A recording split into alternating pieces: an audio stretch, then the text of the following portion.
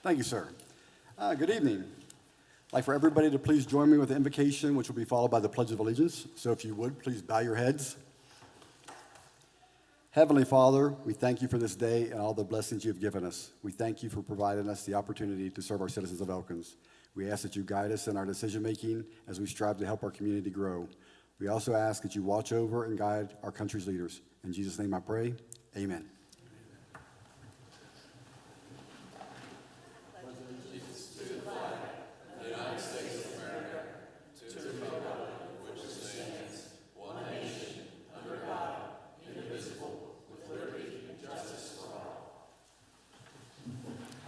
I will now call the Common Council meeting to order and ask our clerk to take roll, please. Councilor Bras Fragonera. Here. Councilor Chenoweth. Here. Councilor Kwanzo. Present. Councilor Guy. Present. Councilor Hinchman. Here. Councilor Lowther is absent. Councilor Parker. Here. Councilor Severino is absent. Councilor Vest. Here. You have a quorum. Thank you very much. Okay, we have several agenda adjustments on here, which we will get to. Is there anyone here for public comment? If not, we will move down to the minutes portion. And I'll entertain a motion to approve the minutes from the January 5th public hearing first, please. So moved. We have a motion. Any comments or discussion? If none, all those in favor say aye. Aye. Those opposed, nay. Motion carries. Now entertain a motion for the council meeting minutes for the January 5th meeting. So moved. Okay, we have a motion. Any comments or discussion? If none, all those in favor say aye. Aye. Those opposed, nay. Motion carries. Okay, under your correspondence and notifications, you have your building permits and approved minutes of committee, board, and commission meetings. And if there's no questions on that, we have a presentation tonight by Laura Ward from Country Roads Transit and the Senior Center. Welcome, Ms. Laura.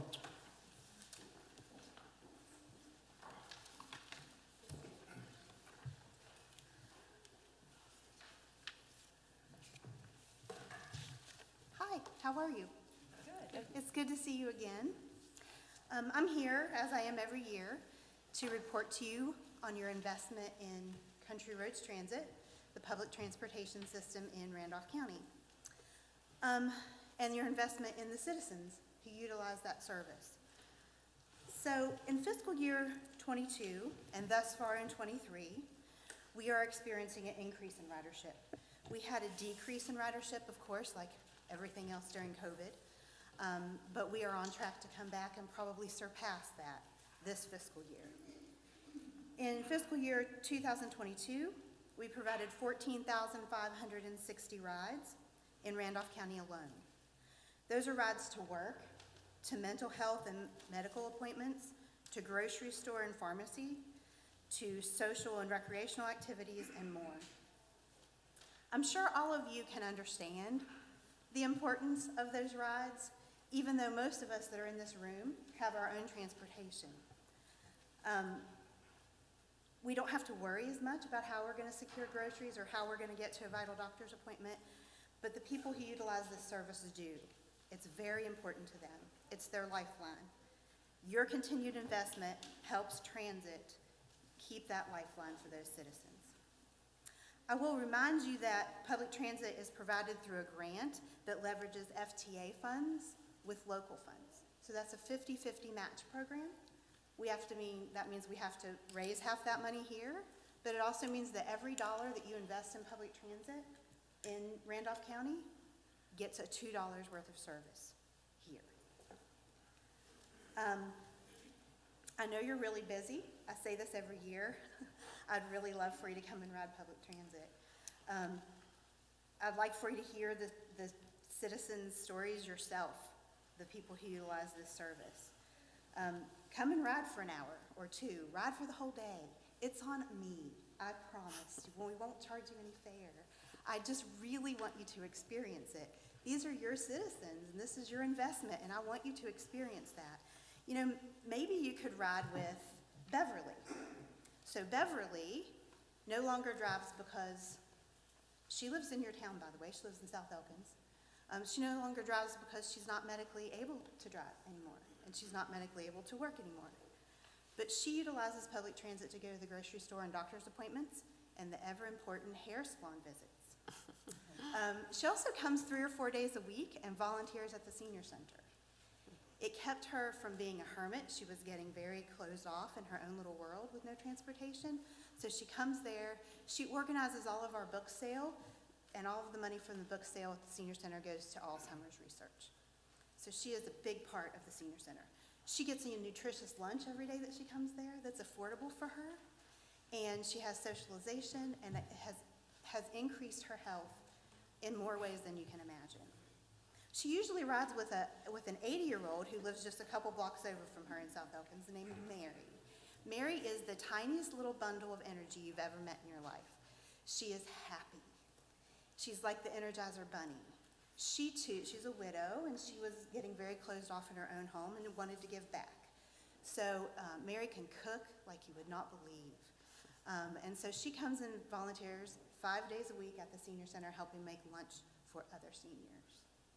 I'd really love you to ride with Mary. She laughs more than any person I've ever met in my life, and you would love her. Maybe you could ride with Bruce. So Bruce also goes to the grocery store and medical appointments. Bruce has a lot of mental health appointments, and he uses the service to get to his mental health appointments. He also uses it to get to the housing authority, to keep up with his public assistance, rental assistance, and to DHHR to keep up with his food stamps. So those are just a few stories. I'd love, again, for you to meet that. I'm planning on trying to video some of these folks next year and bring it to you, but I'm hoping I won't have to do that because all of you are going to come over and ride before next year. There's a lot of these regulars that I would like for you to meet. Some are going to dialysis, and some are going to work, and some are just going to go get groceries. But they all rely on this service, and they're able to access this service in part because of what you do here and your investment in them. So I thank you for that, and we will be requesting increased funding this fiscal year. I know you all understand gas prices, and so that's getting to be a struggle, but that will be forthcoming very soon. Does anyone have any questions for me? Sure. If you were to have a magic wand, what would you do to increase either, I'm sure you have more needs than you can really respond to, but what section of the population do you feel is really underserved right now and could really benefit for an increase in either buses or whatever? That's a great question. So I think that we underserve people who work because work schedules, we would need to increase hours, have longer hours in order to be able to take folks to and from work who work, say, in the evening. And so that's a struggle for us, and that all comes down to funding. You know, we have to use, you guys are pros at this, right? You have scarce resources, and you have to use those resources where you can make the most impact, and that's what we're doing too. And so it is a goal. For me, it's a carrot out there that we keep working towards to increase the number of hours per day, and quite frankly, to extend hours to weekends, but we're just not able to do that currently. And what time does Mary ride the bus? I want to. So Mary rides the bus around 9 or 9:30 in the morning, and she goes home about 1:30 or 2 in the afternoon. Okay. Come on and ride with me. I will. Okay. Any other questions? Thank you so much. Thank you. Okay, moving down to our committee reports, we will start with Councilor Chenoweth, please. We had a joint personnel and finance committee meeting last week, and we talked about and had good discussion on various topics, most of which, or all of which, are on the agenda tonight, related to budget revisions, and also had discussions with respect to payment of increases in health insurance premiums, and elected and recommended that the city bear those costs. That's all I have. Thank you, sir. Counselor Guy? No report. Thank you. Counselor Hinchman? Yes, sir. We had a very good year in Randolph County and also in Elkins. Elkins grew by 11.18% in new businesses, and the county grew by 13.32%. However, 59% was in our city limits. So to give you an example of the growth, 2 in Valley Bend, 2 in Mabee, 3 in Bowden, 4 in Harmon, Valley Head 6, Colton 6, there you go, and Huttonsville 7, Montrose 9, Beverly 22, Elkins 95. Excellent. Very good. Thank you. Counselor Brasfiganera? Yes, the Planning Commission met last evening, and I'm happy to report that Kate Summers will be serving as president, and Phillips Colson will be our new vice president. We'll have the minutes of that meeting in your packets for the next time, but basically we were reviewing 2 requests to be added to a different zoning district, and I'm really excited about the Planning Commission's ability to respond to citizen requests, and one of the things that we said when we approved the 100-page plus zoning ordinance was this was a city ordinance that we can amend and make revisions to. It's a breathing document, and I think we proved that last evening, so that was great. For rules and ordinances, we are continuing to go through the animal ordinance and hope to have a draft by our next meeting. And one of the things that we hope to include is establishing a commission that would consist of several representatives all working together to improve how we take care and maintain this animal ordinance. I would like to say, I meant to add that the Planning Commission will be starting to meet monthly on the 3rd Thursday afternoon, 3:30. I think that's right. 2nd. I'm sorry, the 2nd, thank you. 2nd Thursdays of the month, because we need to start working on the comp plan. That's it. Thank you. Counselor Kwanzo? Good evening. I really have nothing for municipal properties this evening.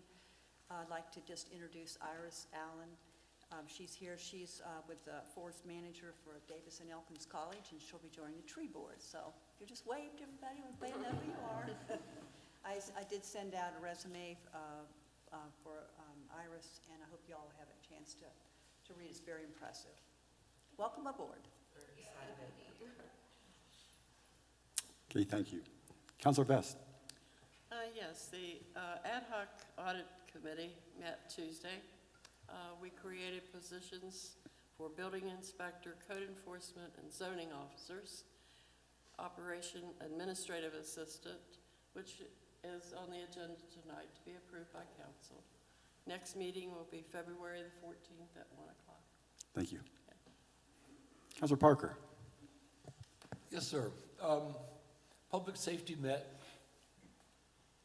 Monday, and it was a good routine meeting. Basically, we just heard reports and updates from code enforcement officer, Chief Bennett and Chief Himes, and that we didn't have any great hoorah for that on Monday. On behalf of the task force on substance use disorder and homelessness, we had quite a good and full day yesterday. Yeah, it's been very full. We had a team come down from WVU Behavioral Health, and it was headed by the Vice President for Behavioral Health for WVU Medicine. It was I think a really productive meeting. We were looking at a couple of different questions with them, because we know that we have a serious deficit of services in this community for helping people move into recovery and stay in recovery. That's certainly number one. And number two, for the general population in the community, there is that same great lack of mental health support readily available to people, so that they don't have to be traveling or taking family members 2-3 hours away, and et cetera. And so we discussed these needs with them so they could begin to understand the kind of services that this community really has to have. And secondly, we raised a question with them about the feasibility of having a facility of some sort here. I mean, I don't want to get too far down the road. I have no idea what they're going to decide is feasible. But we do know that they have some distance. Actually, it's like telehealth. Basically, it's just telehealth capabilities that we could bring to this community in fairly short order. But we would like to have a physical presence here. And we will continue to be in conversation with them and working with them to do everything we can to facilitate their presence in this community. And so it was a good day. I mean, it was very positive. We met with what the core task force group calls the large group, which is all of our community partners. The WVU gang went there with us and really engaged with all those present. It was pretty productive. Jennifer Griggs is here. She's on the task force, and I'm looking at Jen saying, yeah, she's our sense of sanity and order on the task force. Thank you, Jen. But anyway, it was good, it's productive. We knew these were long-term goals, and we are proceeding undaunted. Thank you, sir. Okay, down to our staff reports. We have our Chief Wastewater Operator, Whitney Hines.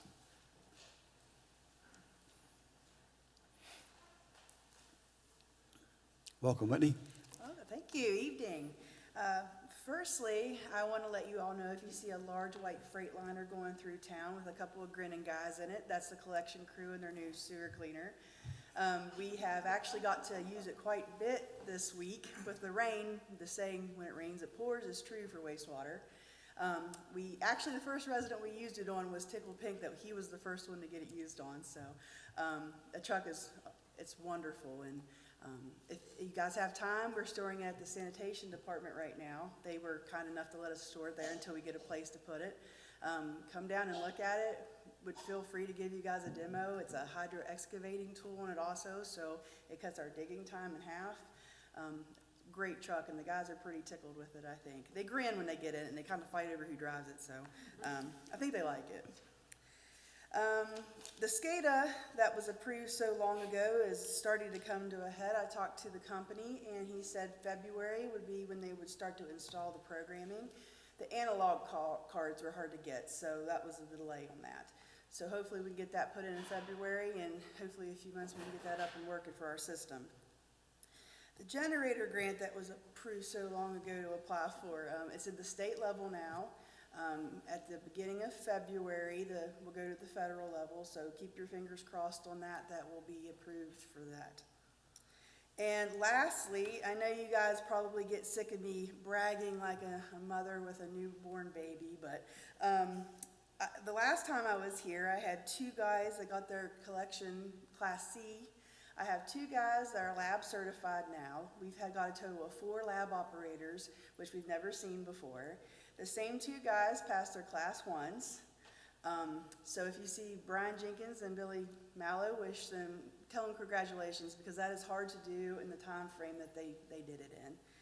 And I also have a worker going in February to get their Class 3 certification. So these guys are really working their tails off to get their certifications, and this department would not be what it is without those guys working.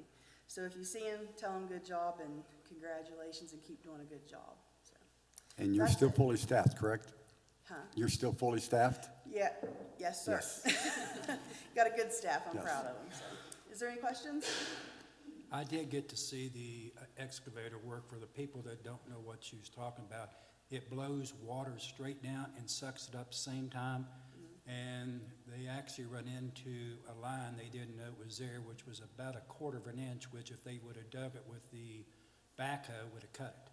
So it's able to go in and do a lot of things, and it has a lot of suction power. Yeah, they dug yesterday with it and That around was the over in South telephone line, and Elkins. it didn't cut the telephone lines, gas lines. I told them not to chance it, to be careful, and they've been kind of cautious with it, but it's amazing what that truck can do, so. All right, thank you. Thank you. Chief Bennett.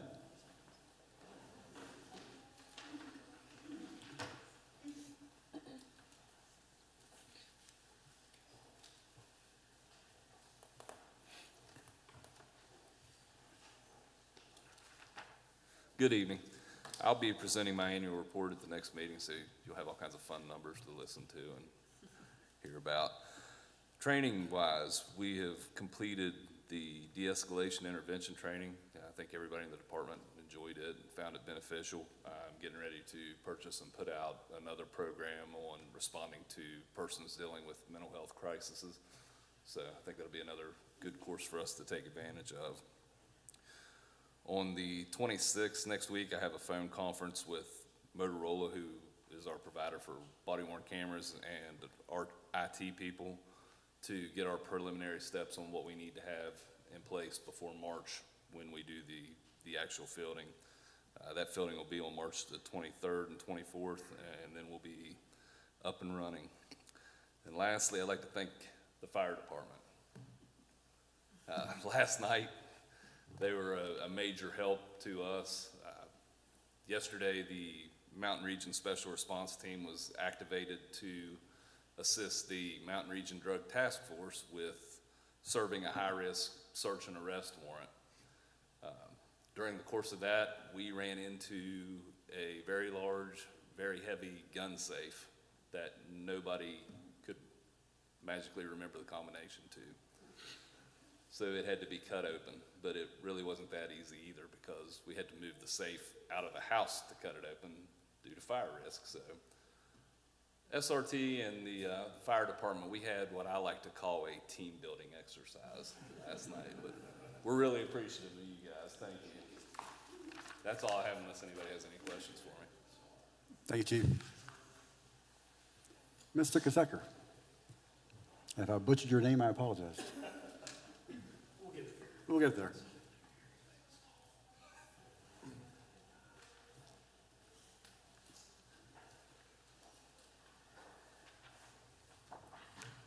Mayor and council, good evening. First, want to start by saying I want to thank everyone for the warm welcome I've received. I've been here 8 days. A lot of people have tolerated a lot of the questions that I've had.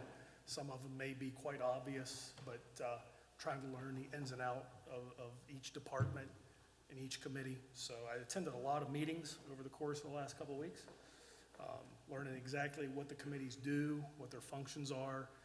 And I want to assure everyone on the committees that Operations Division will do everything in our power to help any way we can and to make everything a good team effort.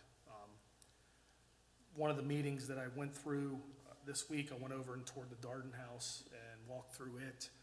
And met a couple of ladies over there. I think we're going back over tomorrow. We're going to sign the lease and get all that official. So we'll be good to go on that. Met with the City Hall Planning Committee, with Bryson, and went over some of the different issues with the HVAC and the upgrade, and talked with the chief police about, we discussed evidence rooms, good places to have them, and I really think it was a productive meeting. You surround yourself with good quality people and you'll succeed and you'll have good teamwork, and I think that's exactly what we have here. I'm really excited to get more and more in depth with things as I go. Do have a meeting scheduled next week with Sam Muncie with West Virginia DEP regarding the landfill. I want to be brought up to speed on that, so I know exactly what's going on with that situation. So I'm looking forward to meeting with him. Trying to get schedules coordinated with the Army Corps of Engineers to go over some flood control issues. I know we got some projects going on there that are very important, so I'm trying to get a hold of them to get all of our schedules set up so we can either meet through Zoom or in person. Hopefully in person. I like that. in-person contact, at least on the first time, so, you know, a little more personal, and I think you can make more progress that way. I would like to take a second to thank Whitney. Big help today. We had a citizen that had voiced a concern about some flooding issues around their house, and got a hold of Whitney immediately because I knew she was the expert, and I said, help. And she went up there today with her crew, and in a matter of no time, I get an email back saying, hey, we found the problem, we got the solution, we're waiting on, so we're good to go. We're good to go. All we got to do is wait on some locates, I believe, to come in, and once the locates come in and we're cleared to go do what we got to do, the problem will be solved. So it's all about taking care of the citizens and making sure they know that their problems are a priority. And that's the teamwork she provided to me was a huge help, and I can't thank her enough. I'm already indebted to her, and I'm only here for 8 days. So wish I had more to report, but that's about all I have for now. But I would definitely entertain any questions or comments that anyone may have. Well, I do have a comment that Mike did tell me that he loves a challenge, so if he ever comes to me frustrated, I'm going to remind him of that. Say, you said you love the challenge, so here we go. No. Every day's a new challenge, but it's enjoyable, Yes, and you definitely don't get caught up in the same old day-to-day routine. So it's Never nice. boring, is it, sir? It's nice. But I do, just thanks everyone for the kind welcome and the support they've offered. I appreciate it. Thank you, sir. Thank you. Ms. Judy?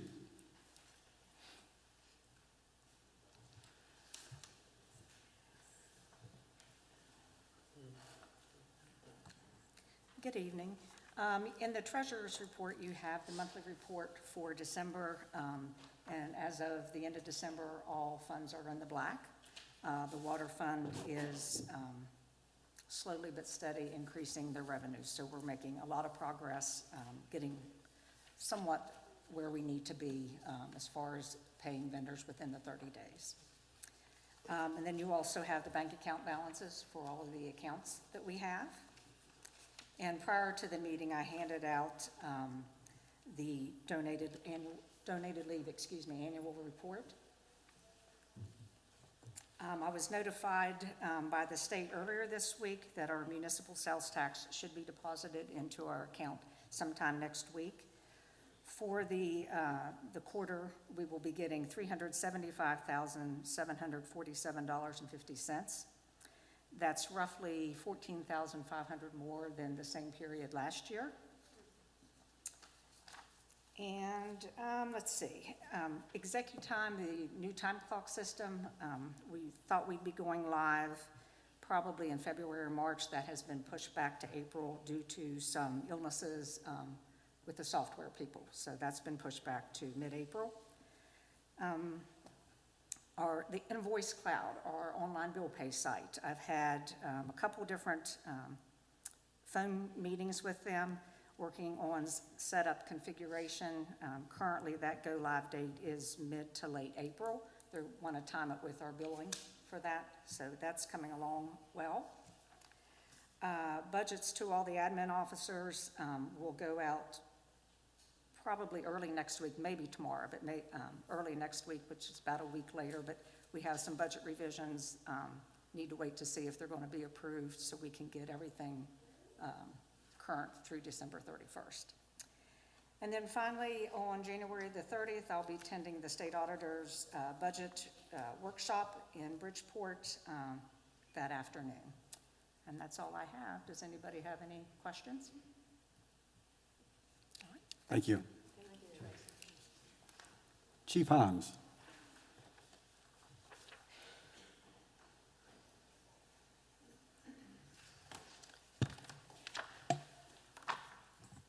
Okay, first of all, Chief Bennett, you're welcome. It warms my heart when even the police department has to call the fire department. Moral of Travis's story, speak softly and carry a big saw. But it's not just Travis and them. We had to get 2 deputies out of the elevator to the courthouse one day too. So. You have electronically in hand hard copies in front of you, the annual report for 2022 for the fire department. Just want to go over a couple of the highlights. I don't expect you to digest it all this evening. Just an overall overview of program services and our resources, our membership. The emergency responses for the year, we were up 16% from the previous year. We had no civilian fatalities in the calendar year and only one injury, and no injuries to any firefighters. Almost 3,000 hours in training. Again, we had the smoke detector program with the fire marshal's office that we were able to install over 100 smoke alarms throughout the city in the first due area. Basic call synopsis for broken down month by month. A couple of things that are duly noted in the report. We got some word that we may be having some progress on the new engine. We're still looking for, crossing our fingers for a summer delivery till the dealer and the engineer tells me different. That's what I'm going with. But signing that contract early in June of 2021 seems like it's been so long ago. We've avoided 5 price increases, and we have saved $263,000, okay? If we, hold on. Congratulations. If we signed on that engine today, it would cost more than the ladder truck did 12 years ago. And the delivery schedules are getting worse. I attended a conference in Buchanan this weekend and spoke to some vendors from some we use and some we don't, and everybody's feeling the same crunch. There's one apparatus manufacturer that's telling people 4 years, where we used to be able to get them 12, 14, 16 months. All that's really going to happen with that is it's going to change our purchasing strategy, and we're going to have to look a little further down the road.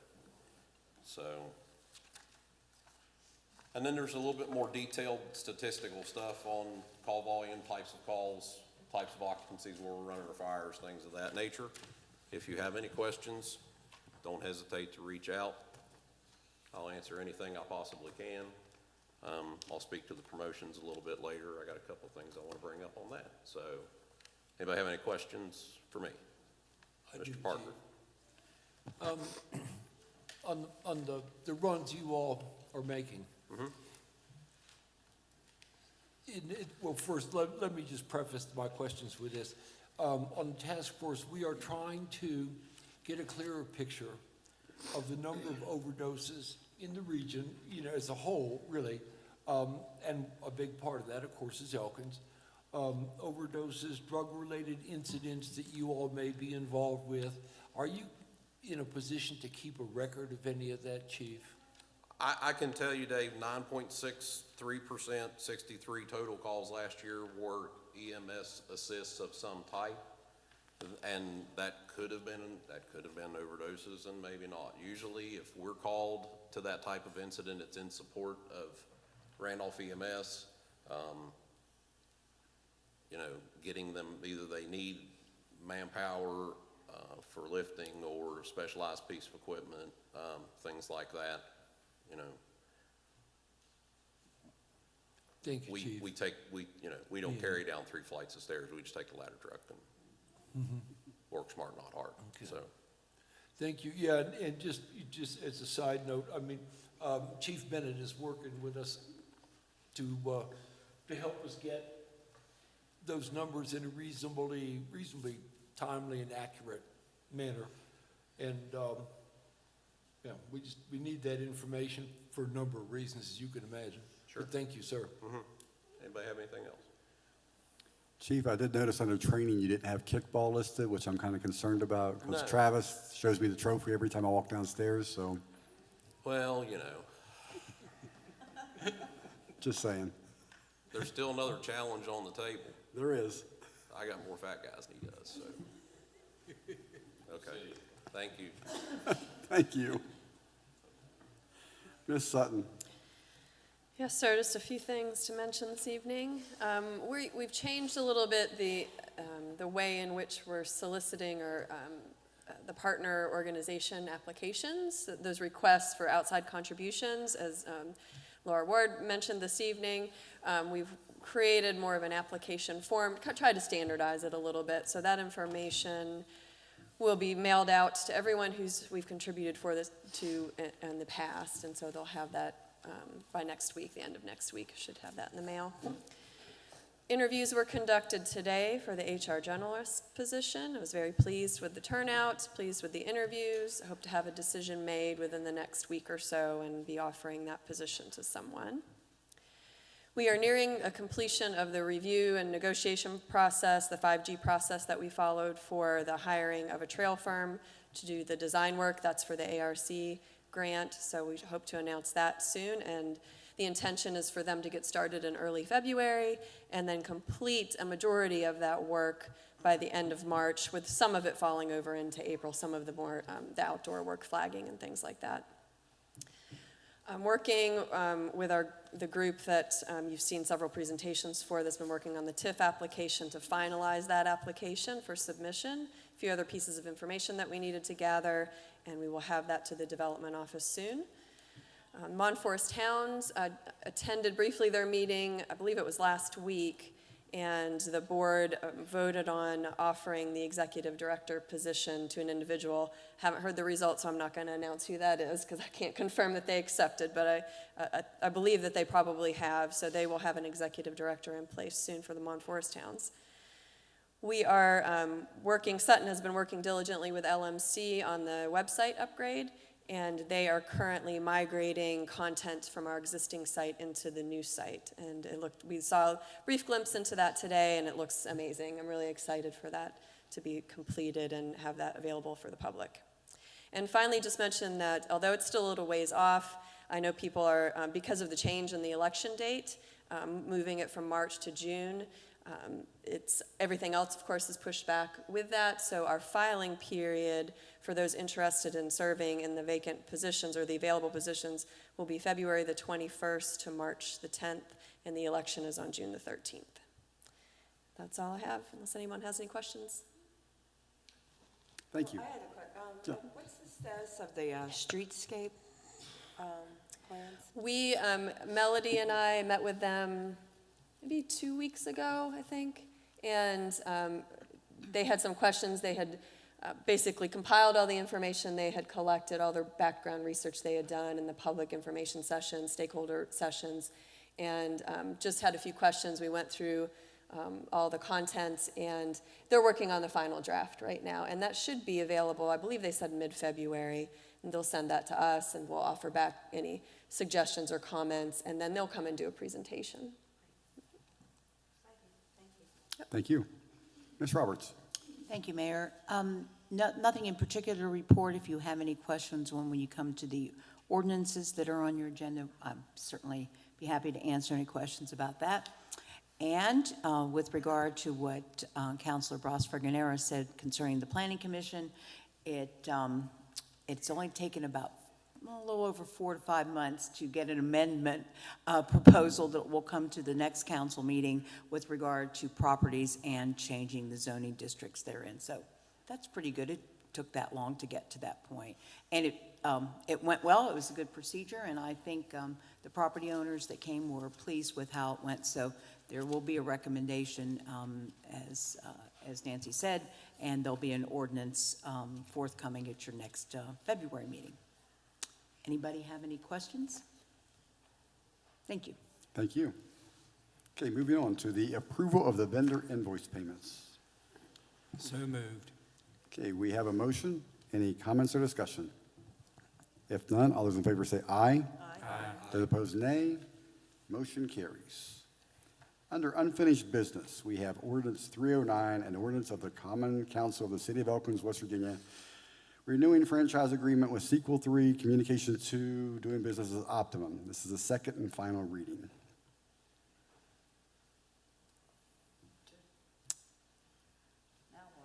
Would you like to speak? Well, I believe that several folks had some things they wanted to discuss, so I believe someone might need to make a motion to go into executive session based on attorney-client discussion. That's my suggestion. I'll make that motion. Okay, we have a motion to go into executive session. All those in favor say aye. Aye. Those opposed, nay. Motion carries. We will enter executive session at 7:39. And who do you need there? All the elected officials, I think. Should do it.